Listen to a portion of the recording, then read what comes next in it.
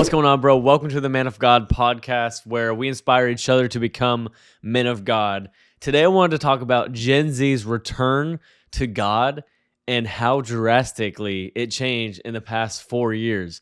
I have a statistic here that says a belief in God among 18 to 24-year-olds has tripled in 4 years. From 2021, 16%, to 2025, today, 45%. Plus 29 percentage points in belief in God among Gen Z 18 to 24-year-olds.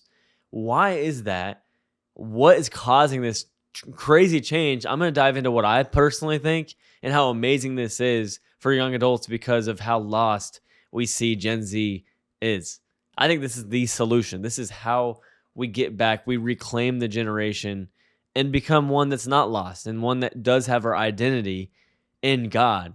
Because that's the most stable you'll ever be, the most stability you'll ever have, is if you build your foundation on God and have your identity in Him.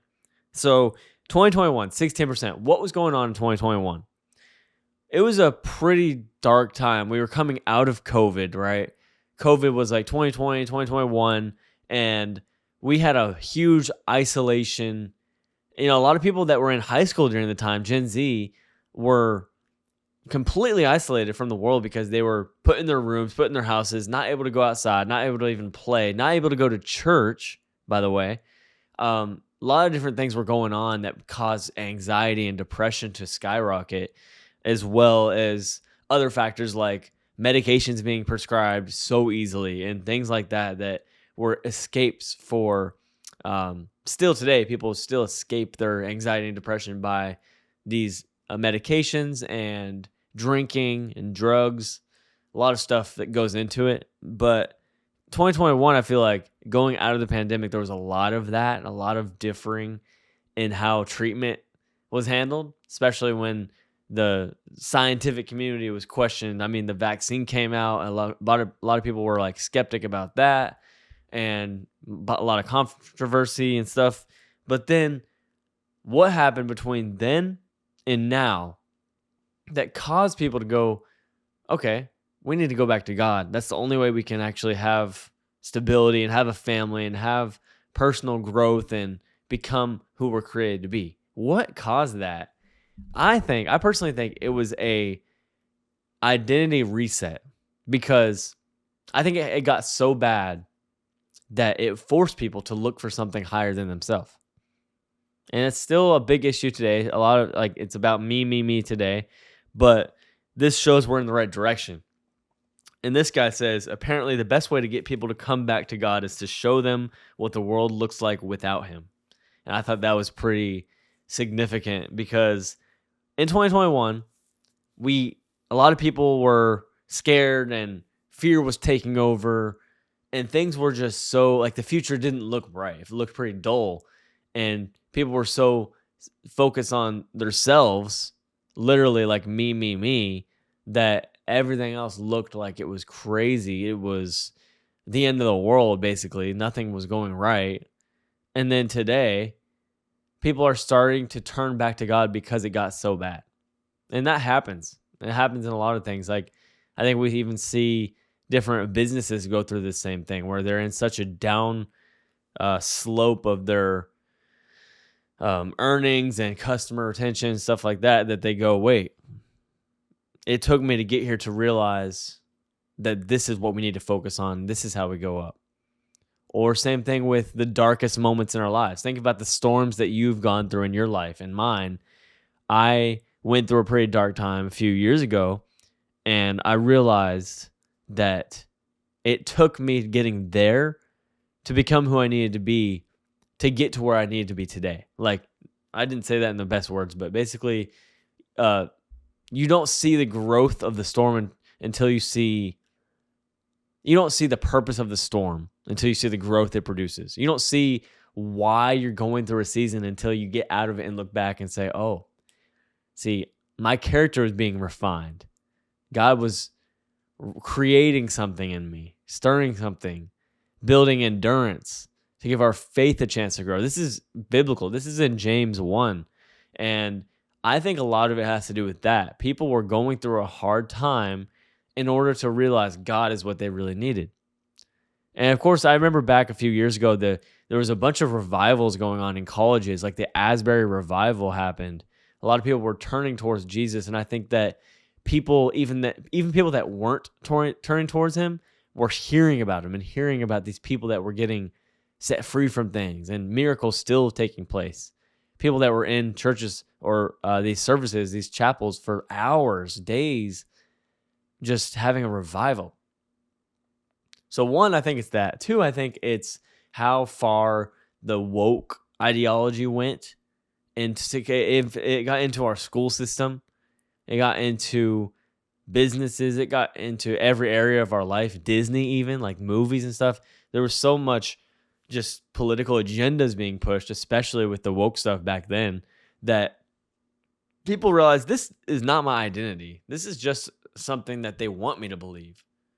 And I think that's true. I think that a lot of it was stuff that they wanted you to think you were, to keep you held captive, because then they can control you more. And that's just my opinion. I mean, I don't know what side of the political spectrum you are on, but the woke stuff, I just thought that was the line in the sand. That once people started to wake up to it and actually wake up to the woke, which doesn't make sense, but it does make sense, that's when you realize that's not actually who I am. That's what they want me to think I am. But I'm actually a child of God. Like, I'm actually created in God's image. I'm actually more than who I am attracted to, and all these things that woke was about, or the LGBTQ community, like that whole thing. There was this big identity, especially in college students. It felt like everyone was like trying to find who they were through things like this, because it felt like they felt like they found a place where they could get attention and feel involved and loved. But that's only so short of a thing, because soon after it fades away, just like everything else in life. It's so quick. Everything is just, it goes away, and nothing is permanent except for God and what he can provide for you. Like, the love of God lasts forever, and it just stirs something different in you when you know that you're so loved that this guy that never did anything bad in his life died for you. That's a different kind of love. That ascends and transcends any current feeling you have. Because a lot of things in life are like, you feel like they're about your feelings. You feel like, oh, I feel like this, so I'm going to do this. I feel like this, and this makes me feel good and happy. And the pleasure runs out. These feelings of dopamine and things just run out. And then you're left with what? You're left with a God-sized hole in your heart that only God can fill. Like, nothing you put in there, whether it's your identity in a sport or a career, a person, nothing you put in there will fill the God-sized hole, because it's a God-sized hole. And I think that's what started to happen a few years ago. You saw the school system become horrible. You saw parents needing to, hide certain things from their kids because the schools were doing so bad. And you saw drag queens come in, and just everything looked so weird and out of place.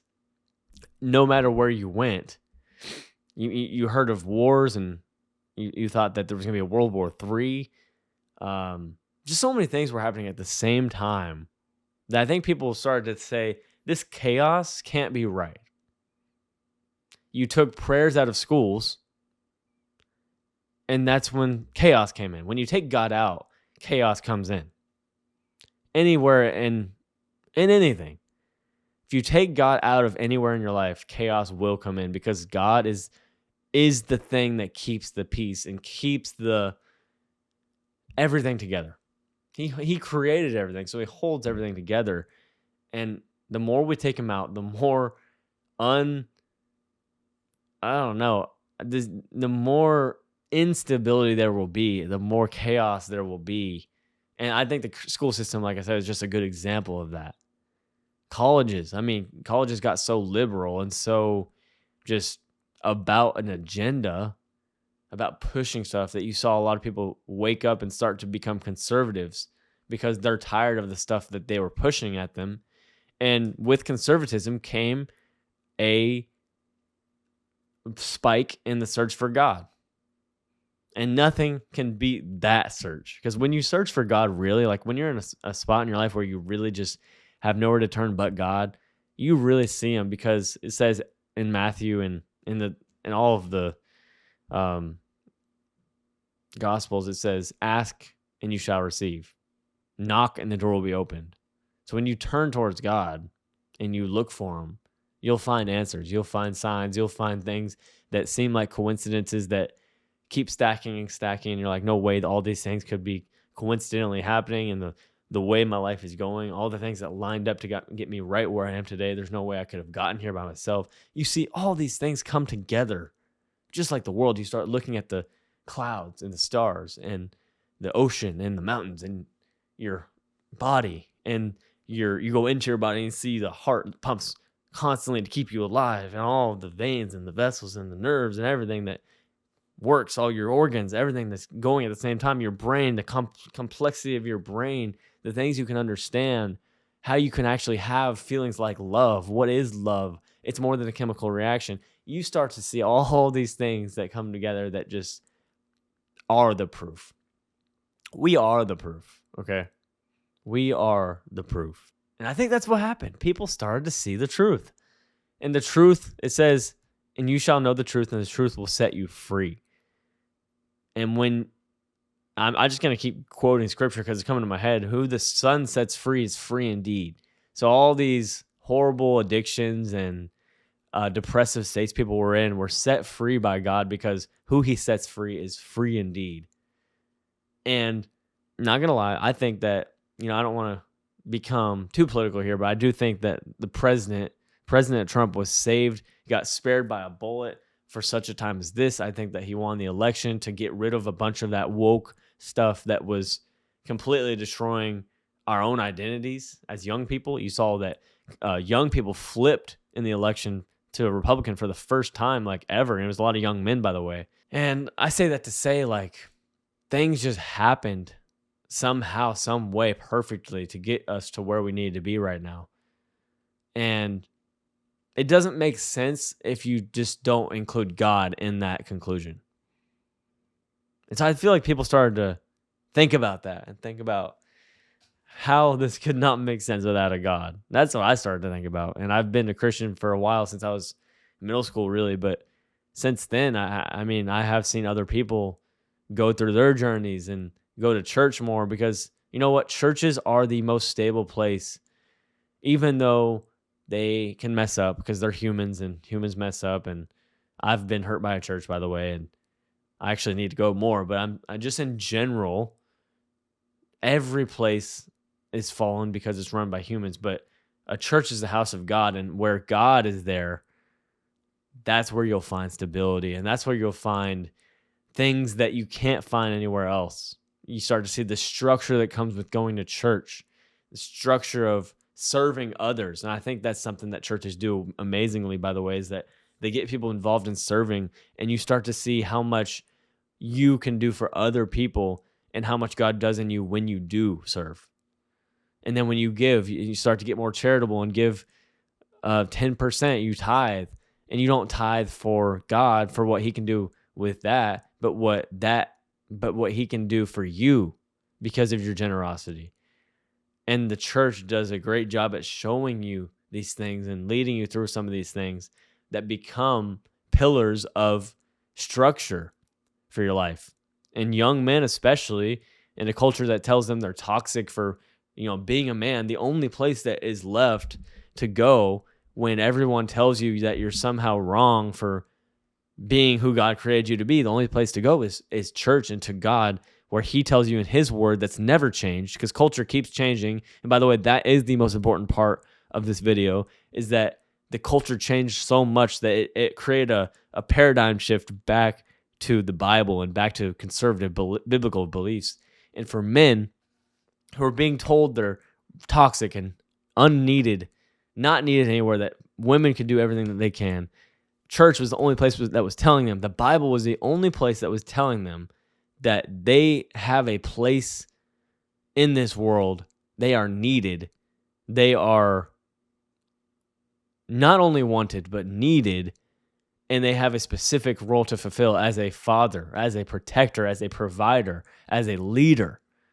And then women start to see this. And then, by the way, this is the first time in like ever that young people is switched from women to men going to church. So men are starting to go to church more and leading the way. And I think that also women have been impacted by how much they've been seeing. I mean, not every woman is this feminist that thinks men are bad. Some of them see that, wow, this is crazy. These women are kind of crazy. We need to find something that we can get back to some normalcy. And they go to church and they find who they're meant to be and how their feminine nature is not actually a bad thing that they have to go get a job and work at a desk all day, every day for when there's more purpose and calling to be a mother, to raise kids, to nurture, and to have your instincts, your natural instincts be used in such a beautiful way.